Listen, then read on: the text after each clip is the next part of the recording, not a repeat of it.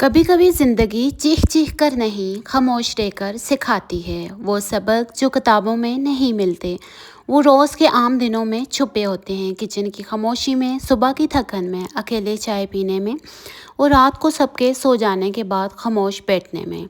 ज़िंदगी आहिस्ता आहिस्ता इंसानों को बदल रही होती है और शायद सबसे ज़्यादा मजबूत लोग वो होते हैं जो रोज़ टूटते हैं मगर फिर भी अपनी जिम्मेदारियां नहीं छोड़ते।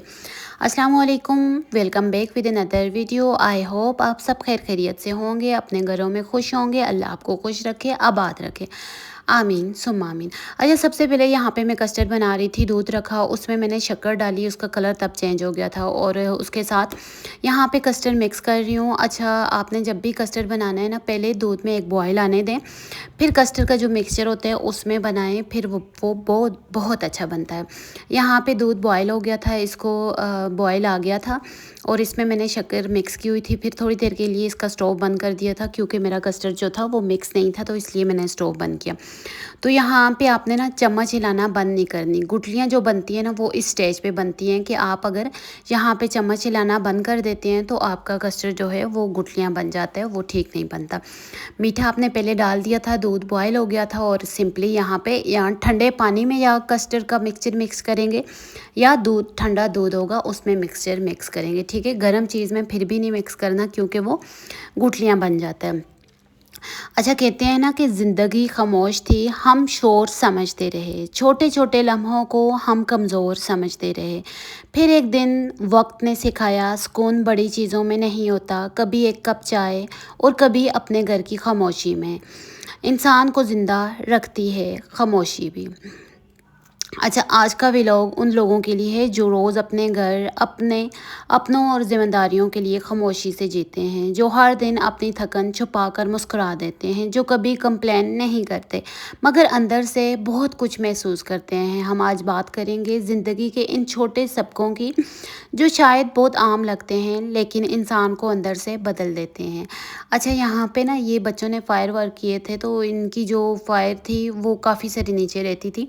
तो अभी बच्चे मेरे साथ खड़े थे कि मम्मा इनको ज़रा दोबारा से आग लगा के दें, तो इन तीनों में दोबारा से काफ़ी फायर वर्क हुआ था। बच्चे बड़े खुश थे कि हमने इनको दोबारा से जला दिया।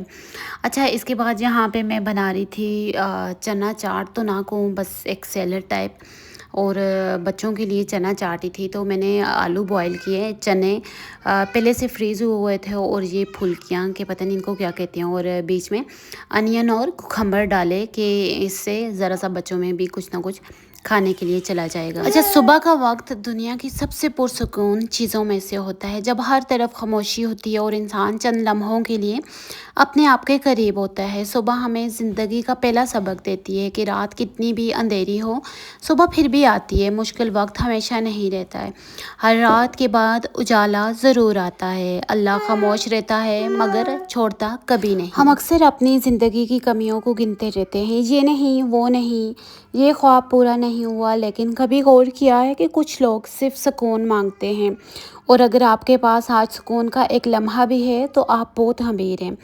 तो यहाँ पे मेरा चाट वगैरह बन गया था, तो इधर बच्चों का मैं साथ लंच भी तैयार कर रही थी। बच्चे स्कूल जा रहे थे तो मैंने बच्चों को लंच वगैरह दिया। उसके बाद किचन वगैरह समेटा, जो बर्तन थे साथ साथ मैंने वॉश किए कि ये ना हो फिर बाद में बहुत ज़्यादा बन जाते हैं। अच्छा, सुबह के वक्त ना किचन बड़ा बिखर जाता है तो मैं उसको साथ साथ समेट रही होती हूँ। अच्छा, यहाँ पे मैंने देसी लहसुन लाया था तो उसको साफ़ करना बहुत ज़्यादा मुश्किल हो जाती है। मैंने क्या किया है, यहाँ पे सिरका डाल के इसमें गरम थोड़ा सा पानी डाला था तो इसको रख दिया था, तो थोड़ी देर बाद आप आके मैं इसको साफ़ करूँगी। अच्छा, अगर सख्त हाथों से रगड़ेंगे ना तो ये बिल्कुल इसके छिलके ये देखें उतर रहे हैं, पर मैंने क्या किया, 1 बाय 1 करके साफ़ किया। मैंने कहा ये पानी वगैरह गिरा के इसको अच्छे से साफ़ करूँगी तो ये इसके जो छिलके वगैरह थे ना वो साफ़ हो गए थे। मैं आज आपको बताऊँगी ये भी कि आप लहसुन को कैसे स्टोर कर सकते हैं बिना ख़राब हुए। आप महीना भी स्टोर कर सकते हैं फ्रिज के अंदर, फ्रीज़र के अंदर नहीं, ठीक है। बहुत इजी तरीका है, पर कुछ लोग होते हैं वो थोड़ी थोड़ी गलतियां कर जाते हैं जिसकी वजह से उनके लहसुन से स्मेल आ जाती है या ख़राब हो जाता है। अच्छा, आपको मैं वो तरीका बताऊंगी कि जिससे आप लहसुन लहसुन और अदरक को भी इसी तरह सेव कर सकते हैं, ठीक है। थोड़ी थोड़ी गलतियाँ जो होती हैं जिनकी वजह से हमारा सारा काम ख़राब हो जाता है। अच्छा, किचन में काम करते हुए एक औरत सिर्फ खाना नहीं बनाती, वो अपने घर वालों के लिए मोहब्बत बनाती है। ये रोज़ के काम, रोज़ की थकन, रोज़ की जो रिस्पॉन्सिबिलिटीज़ होती हैं ना, ये सब बाहर से आम लगती हैं, लेकिन हकीकत में ये बहुत बड़ी कुर्बानी होती है। जो औरत खामोशी से घर संभालती है वो अक्सर अपने ख्वाबों को भी चुपचाप सुला देती है। ज़िंदगी का दूसरा सबक यही है कि असल ताकत शोर में नहीं, खामोशी में होती है। हर दिन उठना, काम करना, टूटने के बावजूद अपनों के लिए खड़े रहना, ये बहुत बड़ी हिम्मत होती है। हम सब किसी न किसी जंग में हैं, किसी के लफ्ज़ खामोश हैं, किसी की आंखें, किसी के ख्वाब टूटे हुए हैं और कोई सिर्फ मजबूत बनने की एक्टिंग कर रहा होता है। सोशल मीडिया पर सब खुश नज़र आते हैं, मगर हकीकत में हर इंसान अंदर से थका हुआ है। सोशल मीडिया की लाइफ के पीछे जाके अपने आप को डिमोटिवेट ना किया करें कि वो ऐसा अच्छा करता है, वो वैसा अच्छा करता है। सब अपनी अपनी जगह अच्छा करते हैं। हर इंसान में उसकी अपनी क्वालिटीज़ हैं, उसकी अपनी कुछ ना कुछ खूबियाँ हैं कि वो किसी दूसरे से कुछ दूसरा काम बेहतर कर सकते हैं। आप हमेशा अपनी क्वालिटीज़ ढूंढा करें कि आप दूसरों से क्या अच्छा कर रहे हैं। कहते हैं ना कि चेहरे हंसते रहते हैं, दिल खामोश रोते हैं। लोग सिर्फ तस्वीरें देखते हैं, कहानियाँ नहीं देखते। इसलिए अपनी ज़िंदगी को कभी कम मत समझें। सादा ज़िंदगी एक बहुत बड़ी नेमत होती है। छोटा घर, सादा बर्तन, आम दिन, ये सब भी खूबसूरत होते हैं अगर दिल में सुकून हो तो। ज़िंदगी इंसान को बहुत खामोश कर देती है। पहले इंसान हर बात समझता है, हर रिश्ते को बचाने की कोशिश करता है, फिर एक वक्त आता है जब वो खामोश हो जाता है, क्योंकि वो समझ जाता है कि हर इंसान आपकी नीयत नहीं समझेगा। हमने हर एक को अपना समझ लिया, फिर वक्त ने सिखाया हर मुस्कुराहट वफ़ादार नहीं होती। ज़िंदगी का एक मुश्किल सबक ये भी है कि कभी कभी इंसान ख़ुद को ही अपना सहारा बनना पड़ता है। शाम का वक्त अजीब होता है, ये इंसान को सोचने पर मजबूर करता है। पूरा दिन गुजर जाता है और फिर एहसास होता है कि हम ज़िंदगी को कितनी जल्दी गुजार रहे हैं। वक्त में से बरकत उठ की है, कोई पता नहीं है कि दिन कैसे गुजर रहा है, रात कैसे गुजर रही है। पहले घंटे लगते थे, अब वो मिनट लगते हैं, फिर सेकंड लगते हैं। ज़िंदगी बहुत जल्दी गुजर रही है। कहते हैं ना कि ज़िंदगी हाथ से रेत की तरह फिसल रही है और हम कल के इंतज़ार में आज खो रहे हैं। असल सुकून बड़ी गाड़ियों, महंगी चीज़ों या परफेक्ट ज़िंदगी में नहीं होता। कभी कभी एक कप चाय, अपनों की आवाज़ और घर की खामोशी ही काफ़ी होती है। अल्लाह हर खामोश इंसान की आवाज़ सुनता है। वो दिल भी जानता है जो किसी को कुछ नहीं बताता। अगर आप थक के हैं, अपनी ज़िंदगी मुश्किल लग रही है, तो याद रखें अल्लाह आपकी खामोश मेहनत भी देख रहा है। सजदों में जो आंसू गिरते हैं वो कभी ज़ाया नहीं होते। अल्लाह खामोश दुआओं को भी सुन लेता है। ज़िंदगी हमेशा बड़ी कामयाबियों से खूबसूरत नहीं बनती, क्योंकि कभी कभी रोज़ के आम दिन, छोटे लम्हे और खामोश मोहब्बतें ही इंसान की असल दौलत होती हैं।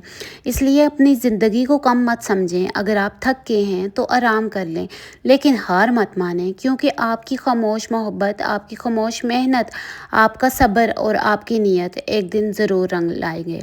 हम आम लोग हैं शायद, मगर हमारी दुआएं आम नहीं। हम खामोश रहते हैं मगर अंदर पूरा समुंदर रखते हैं।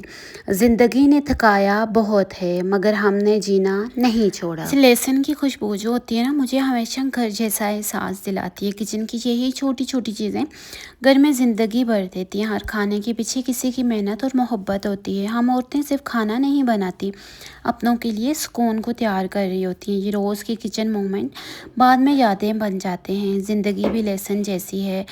कहते हैं ना कि सादा खाने और अपने लोग, बस यही असल सुकून होता है। किचन की खामोशी में अक्सर इंसान ख़ुद को समझने लगता है। मोहब्बत हमेशा बड़े लफ्ज़ों से नहीं, कभी गर्म खाने से भी महसूस होती है। अच्छा, यहाँ पे तकरीबन जितना लहसुन मैंने साफ़ करना था ना, वो साफ़ हो गया। अब मैं थकी थी, मैंने कहा बाकी लहसुन जो है वो मैं बाद में साफ़ करूँगी। ये लहसुन साफ़ हो गया। अच्छा, इसमें बिल्कुल नमी ना हो, ठीक है। आपने किचन टॉवल से इसको बिल्कुल साफ़ कर लेना है। और जो ग्राइंडर ब्लेंडर जिसमें भी आपने करना है ना उसमें भी बिल्कुल नमी ना हो, नहीं तो आपका लहसुन ख़राब हो सकता है। ठीक है, इसमें पानी बिल्कुल बिल्कुल नहीं होना चाहिए, कोई ड्रॉप भी नहीं होना चाहिए। जितना आपको लहसुन चाहिए आप उतना ब्लेंडर में डाल दें। यहाँ पे सफ़ा मुझे कह रही थी कि मम्मा आई विल हेल्प यू, तो वो भी लहसुन को जार में डालने में हेल्प कर रही थी। ठीक है मेरी।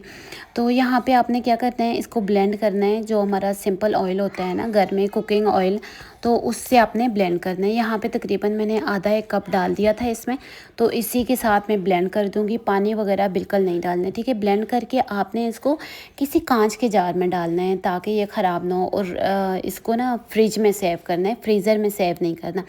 आपका ये महीनों महीनों भी चल जाता है, बिल्कुल ना ख़राब होता है, ना कलर चेंज होती है, ना स्मेल आती है। तो यहाँ पे इसमें अब मैं ऑयल में इसको ब्लेंड कर रही हूँ। ठीक है, इतना अच्छा ब्लेंड होता है कि बिल्कुल पता नहीं चलता। अच्छा, इसको ना आप चटनी में भी इस्तेमाल कर सकते हैं। जैसे सुबह या दिन को गार्लिक पराठा अगर आपका बनाने का दिल करे ना, जो आपके घर में सिंपल आटा नीड हुआ होता है ना, उसमें ही आप एक पेड़ा लें, तो उसमें आप अच्छे से इसको डाल के उसी पेड़े को मिक्स कर दें दोबारा, ऐसे जिस तरह रोटी बनाते हैं। तो इतना अच्छा गार्लिक पराठा बनता है। उसके ऊपर आप वाइट तिल लगा सकते हैं आखिर में, तो वो पराठा बहुत मज़े का बनता है। मुझे गार्लिक ऐसे भी बहुत पसंद है, चाहे चटनी में हो जिसमें हो, मुझे बड़ा पसंद है। अच्छा, यहाँ पे इसके लिए मैं जार तैयार कर रही थी। ये मेरे पास अचार का जार पड़ा हुआ था, तो काफ़ी दिनों से पड़ा हुआ था, तो फिर मैंने कहा चलो इसी को साफ़ करती हूँ। अच्छा, इसके साफ़ करने का तरीका ये है कि आपने या तो इसको गर्म पानी में डिप करके रख लेना है।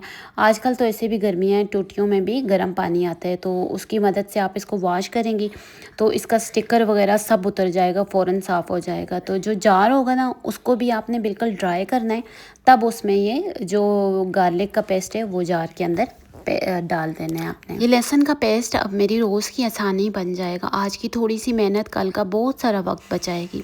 किचन में छोटी सी तैयारी भी पूरे दिन को आसान बना देती है। यही छोटी प्लानिंग घर को स्मूथ चलाती है।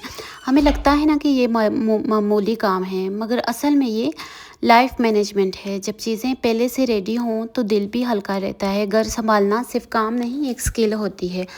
वक्त बचाने की ये छोटी सी चालें ज़िंदगी को आसान बना देती हैं। खामोश तैयारियों में भी एक खूबसूरत नज़म छुपी होती है।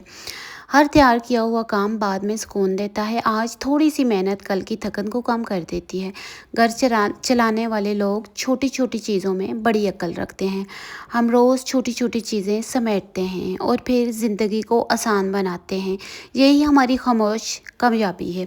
अच्छा, यहाँ पे लहसुन तैयार हो गया था। यहाँ पे जो जार में थोड़ा थोड़ा रहता है ना, इसका मैंने लहसुन वाला पराठा बना दिया था। वो बहुत मज़े का बना था, मुझे ऐसे भी पसंद है। तो मैंने क्या किया कि ये जो बच गया था उसमें से पराठा बना दिया था। अच्छा, अगर आप वर्किंग मॉम है ना तो ये चीज़ें ज़रूर बना के रखा करें। इससे आपका बहुत टाइम भी बच जाता है और आपका टाइम ज़्यादा लगता भी नहीं है खाना वगैरह बनाने पे। तो इस तरह लहसुन का जिस तरह मैंने पेस्ट बनाया है ना, जिंजर का पेस्ट भी बिल्कुल इसी तरह बनता है। अगर आपने मिर्चों का पेस्ट बनाना है, फ्रिज में रखते हैं, तो वो भी इसी तरह बनेगा। अगर आपने पानी में बनाया ना इनमें से कोई भी पेस्ट, तो फिर उसको आइस क्यूब में डाल के फ्रीज़ कर देना है। ठीक है, वो फिर आप फ्रिज में नहीं रख सकते, वो ख़राब हो जाते हैं। अच्छा, यहाँ पे ये जो बर्तन मैं आपको दिखा रही हूँ, ये मैंने लाए हैं, एक स्टोर है वहाँ से लाए हैं। अब मुझे नहीं पता ये अच्छे हैं या बुरे हैं, पर मुझे बर्तन चाहिए थे तो मैंने यही बर्तन ले आई हूँ। पहले भी मेरे पास नॉन स्टिक के बर्तन थे, वो ख़राब हो गए थे, काफ़ी ख़राब हो गए थे, तो मैंने उठा लिया। अच्छा, कभी भी जो नॉन स्टिक के बर्तन ख़राब हुए होते हैं ना, उनमें खाना ना बनाया करें, क्योंकि उनके साथ से जो हटता है ना, केमिकल हटता है, तो वो आपके खानों को ज़हरीला कर देता है। तो यहाँ पे इनको मैं असेंबल कर रही हूँ, फिर इनको मैं वापस किचन में सेट कर दूँगी। इनके लिए मैंने एक स्टैंड लगाया हो, उसके ऊपर मैंने कहा ये वाले सारे बर्तन रख दूँगी, नहीं तो एक दूसरे के साथ टच हो के ना तो इनके कलर वगैरह चले जाते हैं। तो आज का व्लॉग इतना ही है। आई होप आप सबको ये पसंद आया हो।